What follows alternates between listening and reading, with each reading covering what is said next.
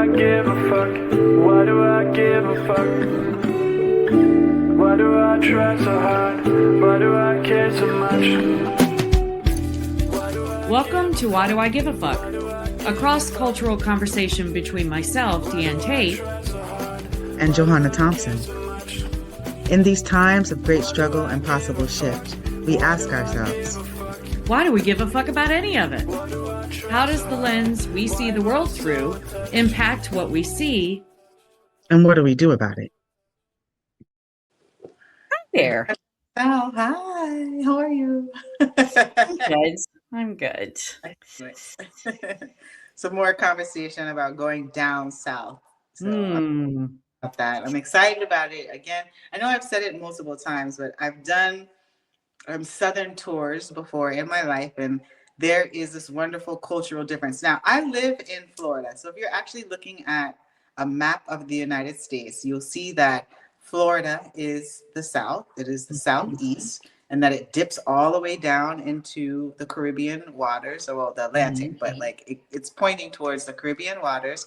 But when I'm on U.S. territory, I'm in Miami. And so in Miami, we call it also kind of North Cuba. It's a little bit different than what we kind of would typically attribute to what Southern culture is. The other day, you said that you lived, where did you live in Florida?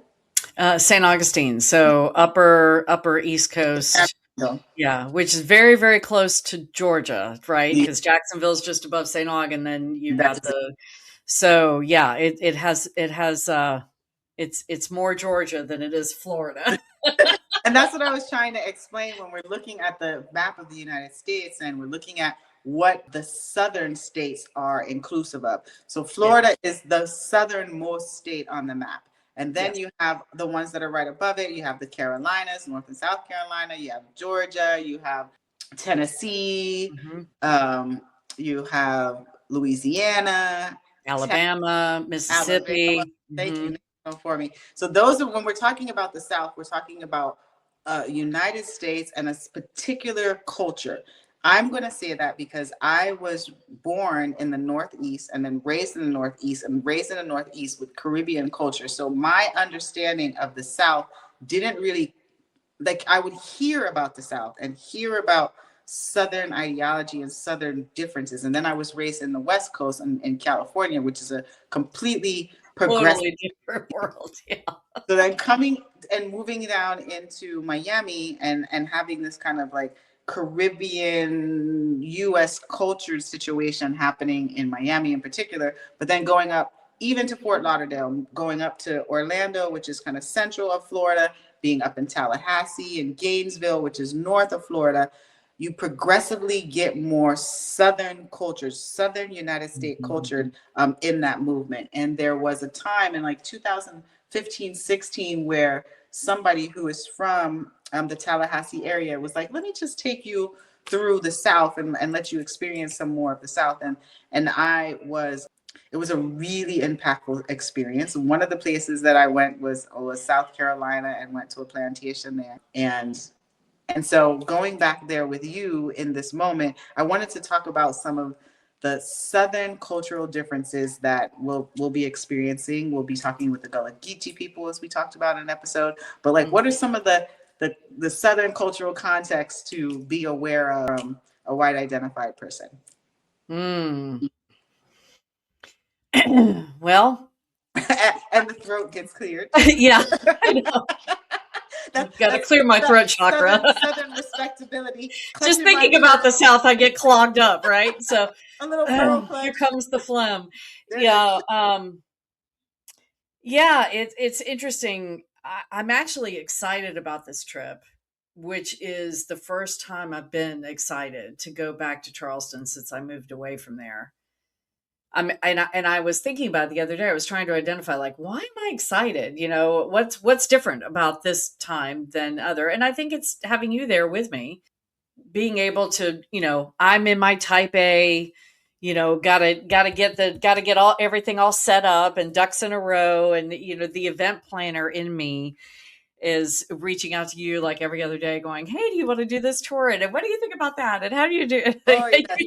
God love you. You just keep responding to me going, I'll do whatever you want. I'll do whatever you want. And so, So yes, I've gotten I think it's a different experience for me because I know that you've been there before, but you haven't been there in a while, and you had an experience that was maybe not the didn't leave you with the best taste in your mouth, and I feel like I feel very invested in wanting to show you Charleston, the real Charleston, not whitewashed. I want it to be authentic. But I'm looking forward to it in a weird, I guess maybe I haven't totally identified why I'm so excited, to show you this, because I also don't want, I'm also imagining that your impact will be different than mine. And I don't want you to feel harmed, just by being in that space. So I haven't gotten caught up in that. That'll probably happen on the drive down. I'll start thinking about, how do I protect you from this harm? How do I, So here's the thing: you cannot protect me from the harm. Right. I know, it's like not my job. That's not even it. And my previous experience going into South Carolina, I was like, I don't need to return here. So I'm glad that I am returning here, being able to have this experience. And when you say the authentic, non-whitewashed South Carolina, I don't know what you mean by that, because for me, South Carolina, being the South, being culturally the South, and it being the US, it's all whitewashed. So what would authentic South Carolina non-whitewashed be? Great question. The first responsiveness that I have to that would be just approaching. So we've talked about this before, there's very strong storytelling narrative in Charleston. We've talked about the antebellum, which is the time of this country's existence before the Civil War, with, white women in big hoop skirts and drinking mint juleps and the parasols and the Southern way of doing things, completely oblivious to the fact that they were owning humans and enslaving humans, and all of the splendor that whiteness created on the backs of those that they kidnapped and enslaved.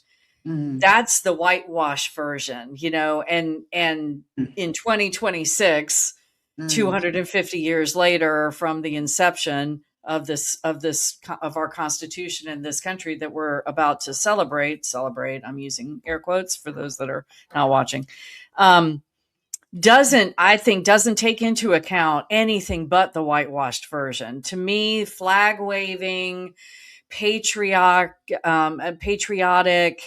land of the free, home of the brave mindset is whitewashed, because that doesn't take into consideration the harm that was caused and continues to be caused by the systems and the narratives and the racism that is built into every thread of the fabric of this country. So I always, when I tell people that I moved up north from Charleston, they always have the same response. Oh, I love Charleston. It's so beautiful. And it's so this and it's so that.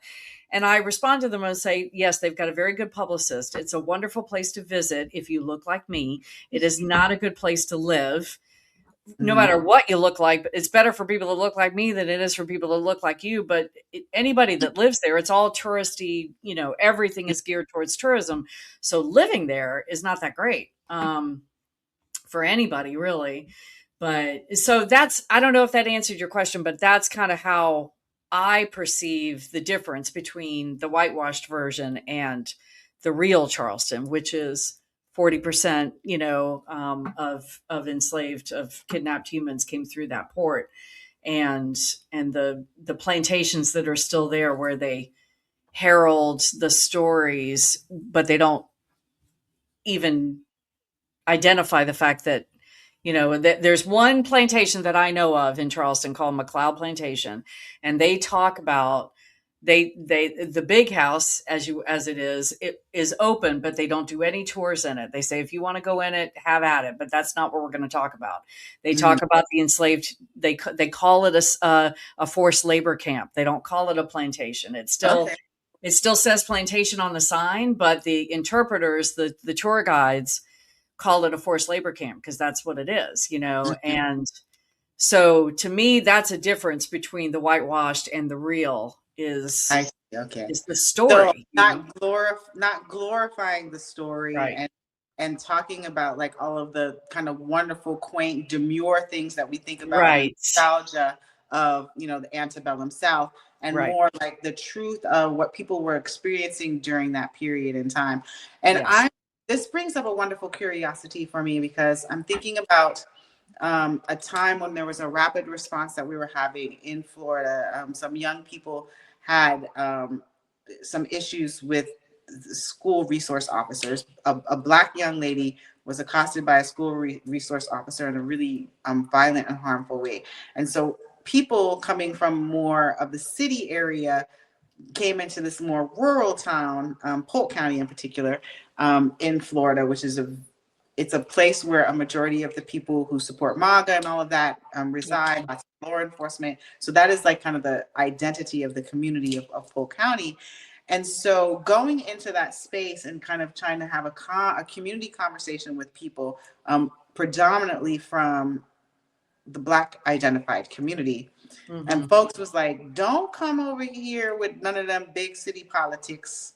Don't bring that to this community. We don't want none of that. We have a way that we exist here today. And we have a relationship with people who are white identified here. And we don't want none of that to be messed up. We tell our kids when they go to school to listen so that we don't have to worry about anything happening to them. And so if they don't, so that it was a really different cultural ideology and understanding of like not interfering with the way that the community exists. And I'm curious about that in South Carolina, because when I was there, I was asking to hear more authentic Black stories. And other than the Gullah Geechee, that wasn't offered to me. Like I didn't, I mean, at the time, the African American History Museum wasn't open yet. Yeah. At all. But like just trying to find and identify libraries or storytellers or anyone who would give me a accounting of a non-white antebellum South wonderfully demure a story, that did not happen from white identified people or Black identified people. So it's a very interesting, and to your point, it's a very touristy thing, and the narrative is always going to be one of attracting people, like one of the tours being available that you offered to me as we're going on this trip, and you were offering me the choice of like, what would I be interested in seeing? And there was one that was like an auction block tour, and that was the one that I was like, there's no way in hell I would not even be able to sit in a space of recounting or even talking about the selling of humans. But that is one of the things that is offered as an opportunity for you to be able to experience if you're going into the Southern culture. And some people might see the benefit of having that experience. That would be just a little too difficult for me to hold on to. But so it's like some of those little idiosyncrasies about Southern culture that I'm curious about, and that we could talk about. Yeah. Well, and to give people context, I certainly, there's the Gullah Geechee tour that we're going on. They offer 4 different tours. One of them's at night, and one of them is the daytime that we're taking.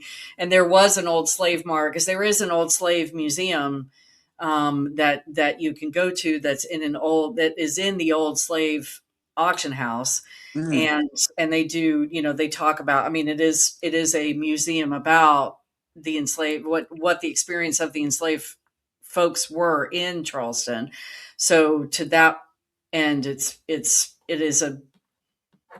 they do a beautiful job of telling the story. It's like, and some folks would say, why do you even want to tell that story? And why would you even call that beautiful? But in Charleston, they have to be intentional about telling that story. Otherwise, it will not exist, to your point.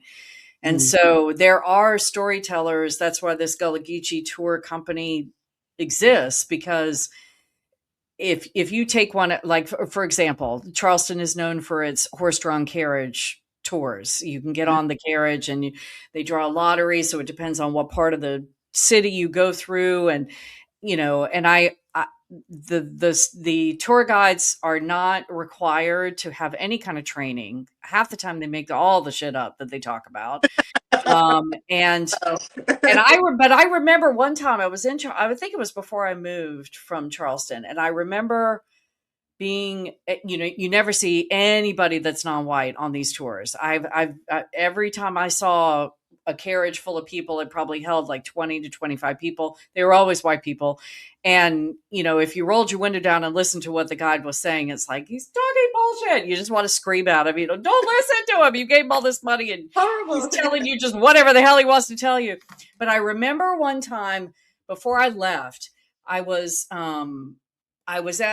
downtown, and I was at one of the side streets. I was stopped at a light, and there was a carriage going in through the intersection in front of me. And I think I had my windows down so I could hear him talking, because they always talk and kind of elevated because they're trying to get the folks that are behind them to hear them.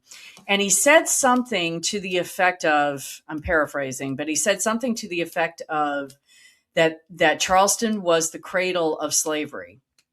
Mm-hmm. And I wanted to like lean out the window and go, thank you for telling the truth. Because I'd never heard a horse-drawn tour guide say anything to that effect, that this was the cradle of slavery. This is where it started.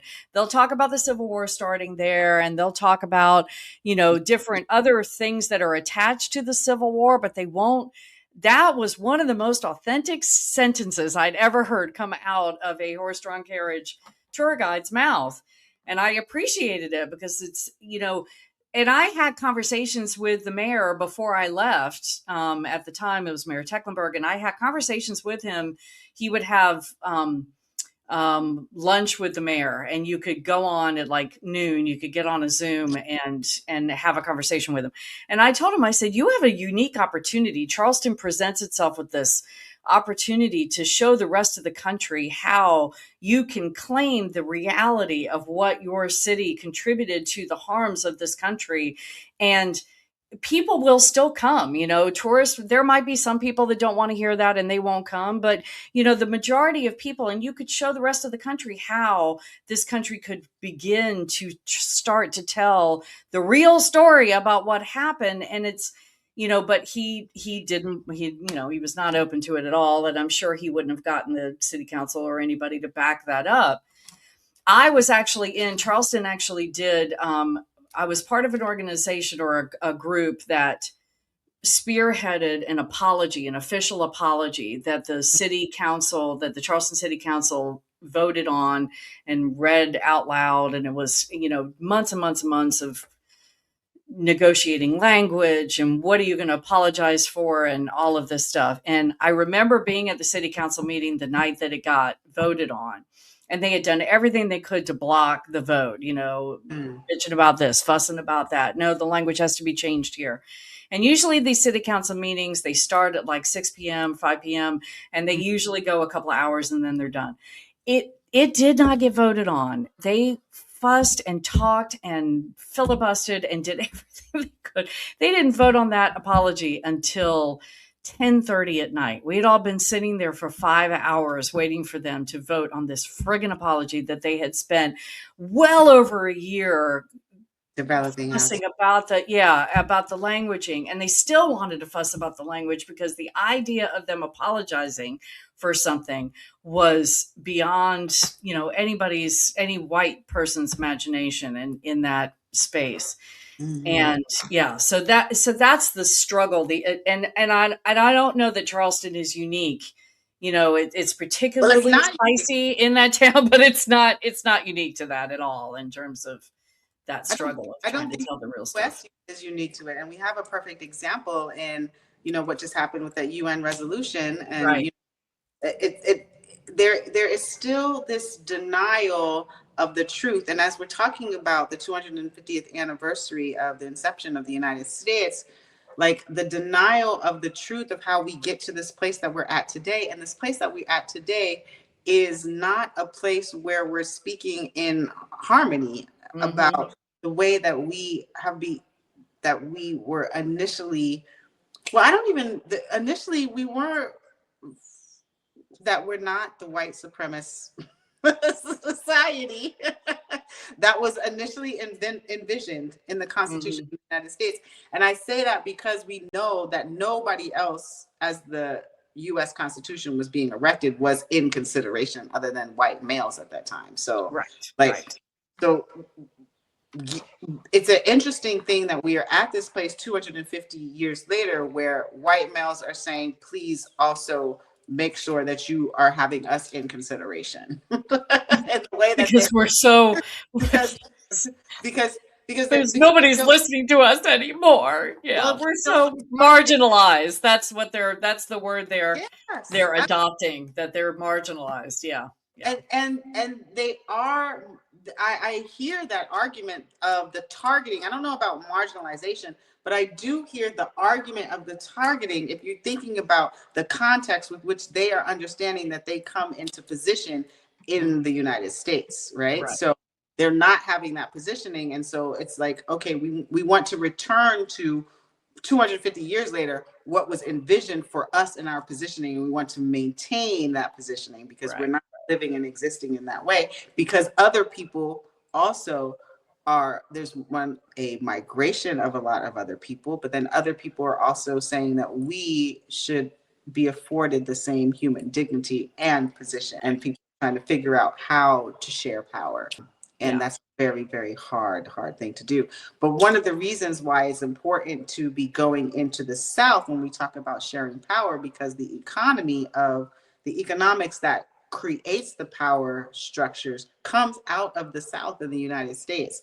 And people really, really don't understand that. Like when we talk about making America great again, we are talking about this antebellum ideology. We're talking about, pre-civil rights. We're talking about Jim Crow. This is the thing that creates the power and position that allows and affords white males to be in leadership in the way that we're seeing them exist in leadership today.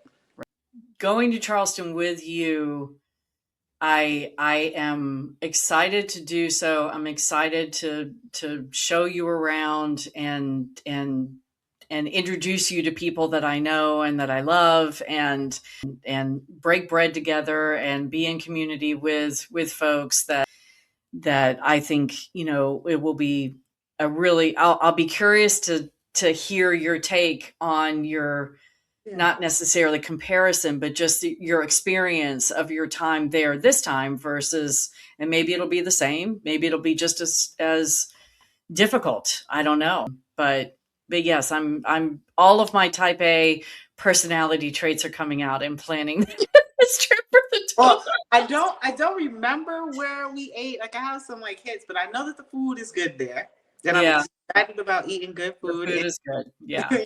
Because Southern cuisine is a particular type of cuisine in the United States that really feeds into your soul. And that is the thing about the South, even the discomfort about the South. I'm excited about the different ways that it feeds into your soul, even the discomfort that feeds into your soul. Like all of the ways that I was jarred at my experience, all of the ways that I was jarred by the reality of the history that is clearly illustrated when you go to the plantations. Like you can feel it in your body, but then you're seeing what it must have, for me, what it must have been for some people to be in what I considered a very beautiful environment and not be able to not be able to enjoy that beauty because that beauty came with your blood. Right. And so that kind of internal struggle about being in the South, but then just the cultural ways of being, the demureness, the clutching your pearls, the I'm going to be sweet to you at the same time I really have no care or consideration for you, but my Southern, stab you in the back as soon as you turn around. Bless your heart. Yes. Bless your heart and all of that kind of stuff. It is the key. It is the originator of bless your heart. And it's a particular type of fuckery that's that is the United States. It is a microcosm. That's why I told the mayor, I was like, you have a unique opportunity. I mean, this town, that town could be the beginning of the greater unpacking of this country. And I realize, I mean, please, I know you know this, but just to the listeners out there, I get why it's not doing that. I'm not foolish enough to think that, that we're at a place yet where people feel brave enough to say, yeah, we're going to own our shit and we're going to do what we can to. I mean, I was there when they took the Calhoun statue down from Marion Square, which is the main park in the middle of Charleston that you often see when you see pictures of Charleston. Marion Square is often the place. But if you look at an aerial view of Marion Square, it has a path that has been walked from corner to corner, which creates a Confederate flag. When you look at the Marion Square from an aerial view, it looks like a Confederate flag. So that's where the Calhoun statue was, and I was there when they took it down. And now I just saw, because I still follow quite a few of my friends from there, and Calhoun statue has been returned to South Carolina.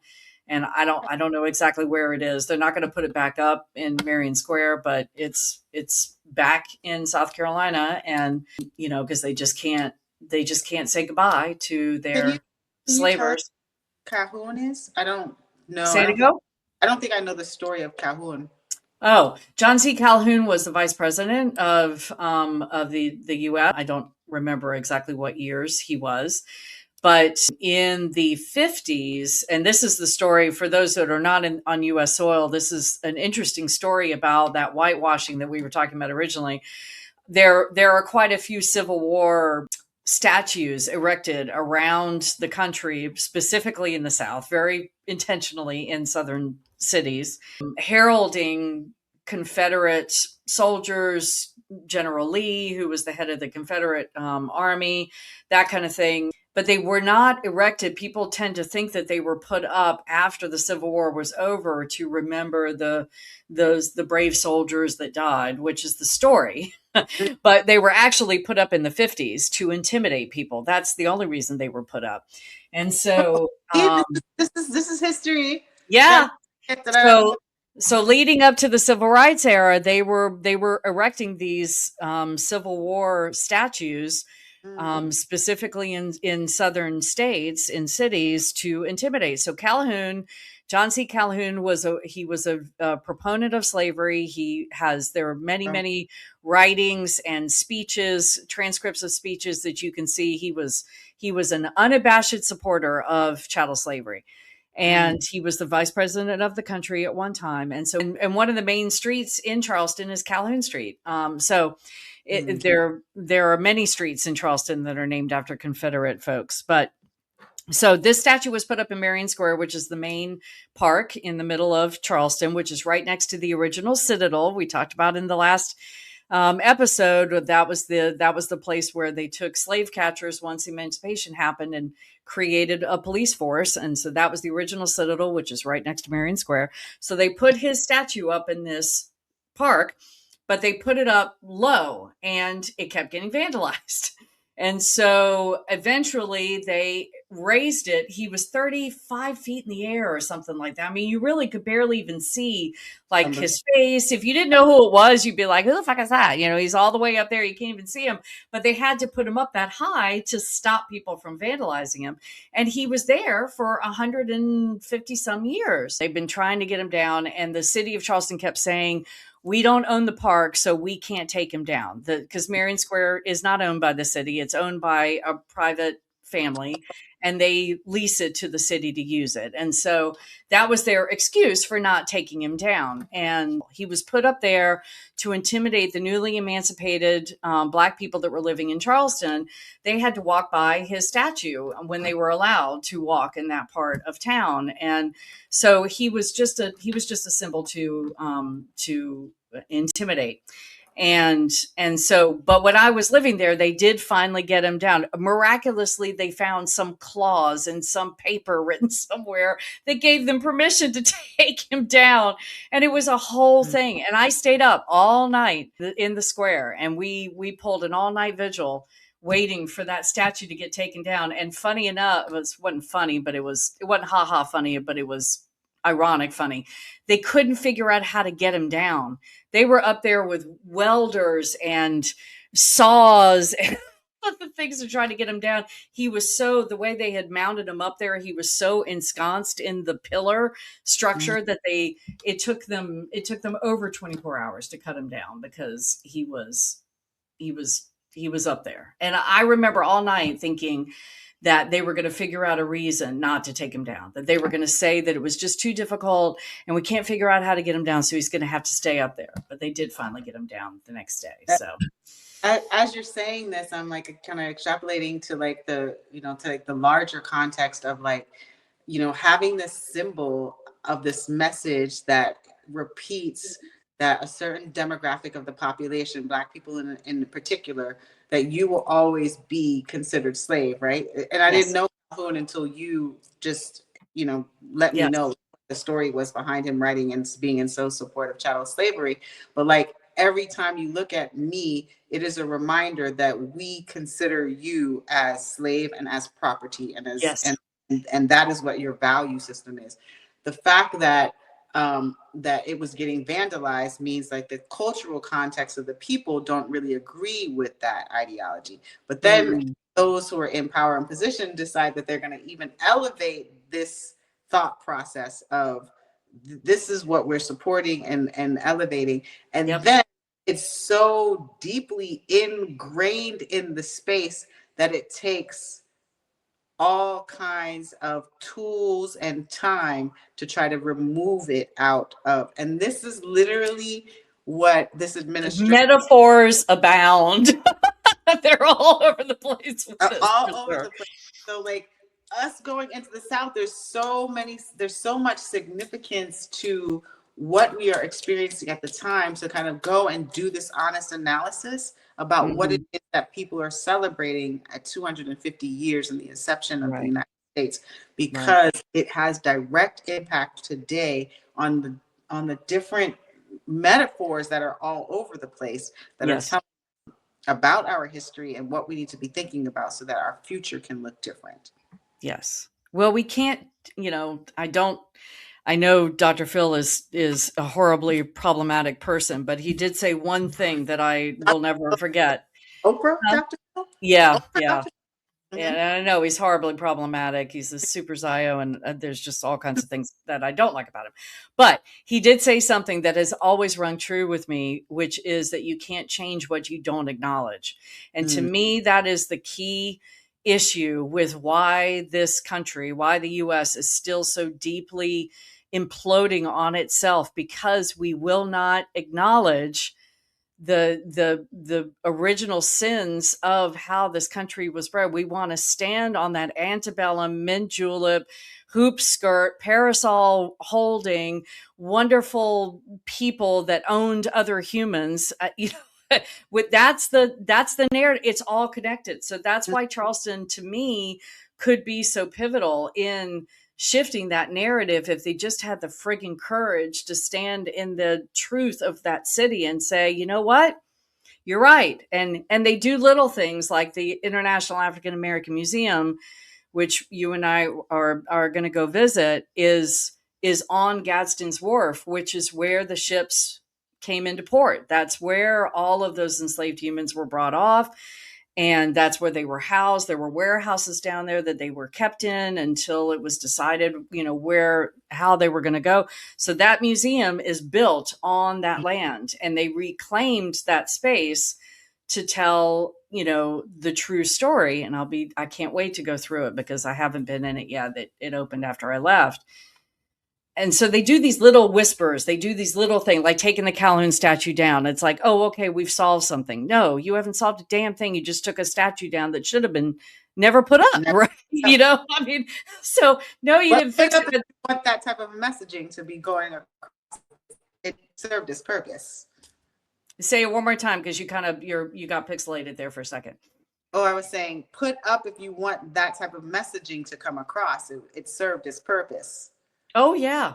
Oh yeah. Oh yeah. It puts people back to sleep. It puts, oh, okay, now we have the International African American Museum. So, we're not racist anymore. I mean, that's what whiteness wants. We want this magical thing to happen that we're not racist anymore. And we are always going to be racist because we were raised in the soup, and the soup has never gotten cleansed. And so it's like, until the soup gets cleansed, we're just going to keep raising more racist children that look like me, because that's the indoctrination and the programming that we were born into. And Charleston just plays a very specific role in that, at least for me. So, yeah. Well, I'm curious to have the experience, and I'm excited about the choices that you've made to show me. I'm curious as to what those choices are, and then what my reflection in those spaces are going to be like. I always Yes. really lots of fun, and I think we're going to have some interesting conversations after it. We always have interesting conversations. Oh, that's true, but we'll have a particular extra set of topics to they'll be unpack, because I know things are going to be brought up. They're going to be brought up. So. Oh yeah, and and I mean, and I'm saying out loud to hold myself accountable that I will spend all the 14 hours driving down, probably tracking my brain and letting go of this compulsion to protect you from any harm that I might do, and any harm that might be done by, I mean, it's scary for me to walk those streets with you and to run the risk of having some stupid shit come out of my mouth. I'm really nervous about that. So. I could walk around with like a little church fan that's like that says harm on it, and just be like, harm. I mean, if you feel like you need to do that, especially for me, I'm down with it, because I'm terrified of that. I find it fascinating, and I'm curious. This is a conversation for white people. We're all going out there. Is this that like do you walk into spaces? I'm curious if people walk into spaces thinking about I'm creating harm. I don't feel like you, Diane, my friend and colleague, are intentional about creating harm. And I, as a Black identified woman out here, y'all hear that out there listening? As a Black identified woman, the history is hurtful and painful, but I also recognize that in my presence, I am existing in going to Charleston at a much better time than the pain of the history, right? And so I get to be in the celebration and the joy of the evolution from there, and the misfortune that we are under an administration that would want to roll all of that progress back. Right. So we really can just go there with like a curiosity of like, I want to hear how you feel about this and how you feel about this, and not so much about harm and pain. Honestly, I was joking about the little flag situation, and I'm good about saying ouch, or I'm good about saying this is how I experience this. Well, it occurred to me yesterday. I was thinking about it, and I thought, you and I have only been in person with each other twice now. Mm-hmm. We met for the first time after knowing each other for 3 years virtually in DC, when we were both there for separate things, and we were able to come together and break bread together. And then you came up here for my wedding, which was, had its own swirl of things. Yes. And, so we spoke to each other, and we said hi, and we hugged and all those things, but we didn't really this is going to be an opportunity. This is going to be 7 days of us sharing space together, at the end of every day, whatever we ended up doing that day, unpacking if we feel like we want to, talking about what our impressions were and our experiences. And I'm super excited about that, because I feel like we haven't had that experience before, to just be the two of us in space together and having experiences and then relating to each other how that landed on us. If we feel like we want to do that, we haven't been able to do that yet. So the processing that we do is on here, And so, I mean, you and I, we'll like come up with something we want to talk about, but they were like, no, don't start. We have to record first. Don't talk about it yet. We have to wait. And so it'll be like a 7-day podcast recording. It will. And it will yeah. be different because we also get to get off this podcast and be away from each other, right? Like, Right.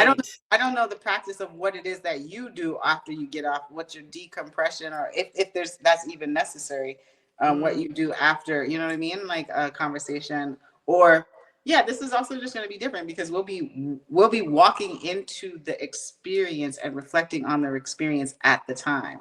In real time. Yeah. We're together in person with each other, which I'm do I worry about harm all the time? Yeah, I do. And but I want to get better about that because I feel like I'm trying to find that middle ground. I feel like the pendulum swings and I get hyper vigilant about it. And I want to find that middle ground where I can just be in space with someone and not be worried that if harm happens, it's not going to be the end of the world. And I know that you will say, ouch, and we will talk about it because I trust that you know how to do that. I haven't always spent a lot of time with people that know how to do that.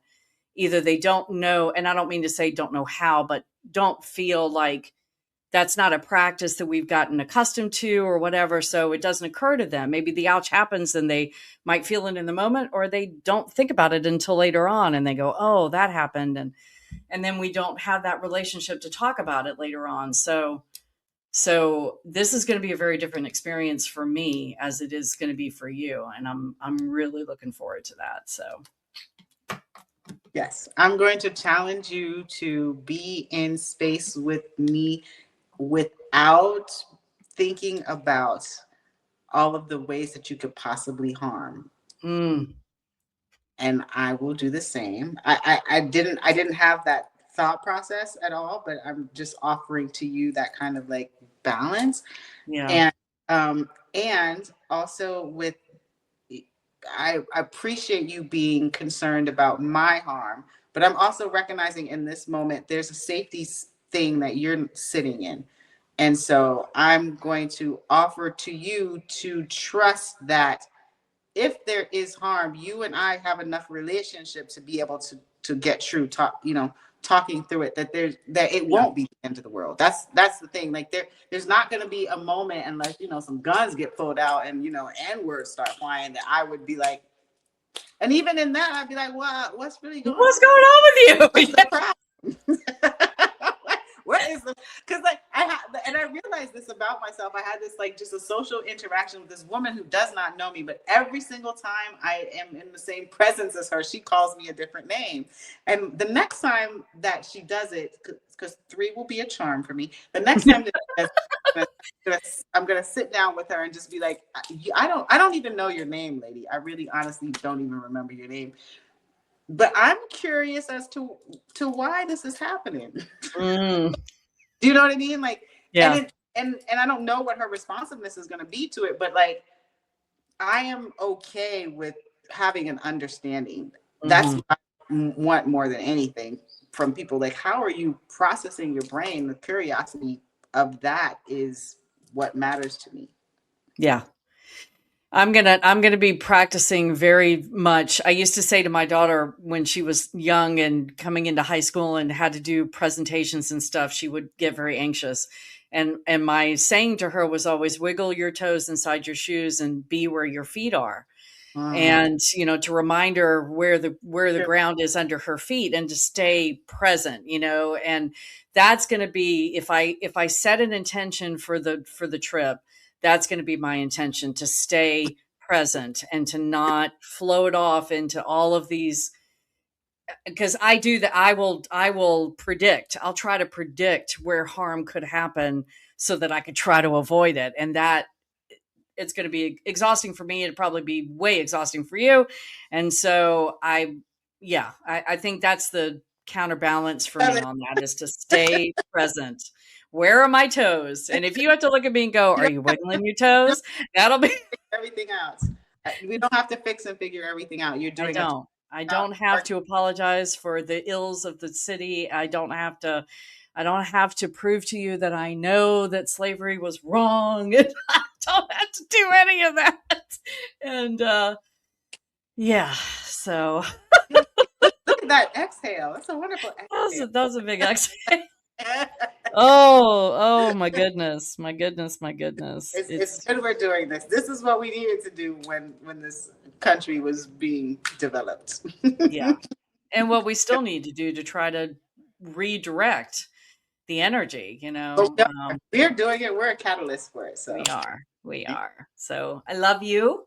Love you too. And I am excited to dive into these adventures. So more will be revealed. Stay tuned. Stay tuned.